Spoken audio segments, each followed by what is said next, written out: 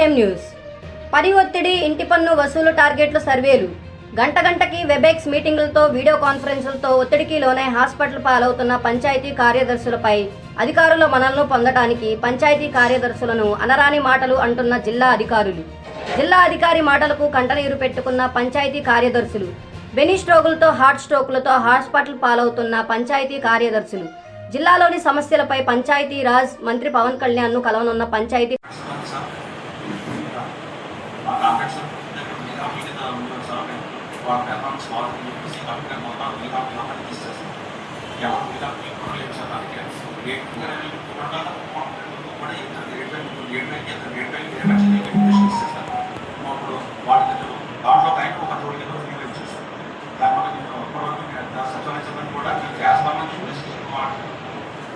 Doctor ని train చేసాము.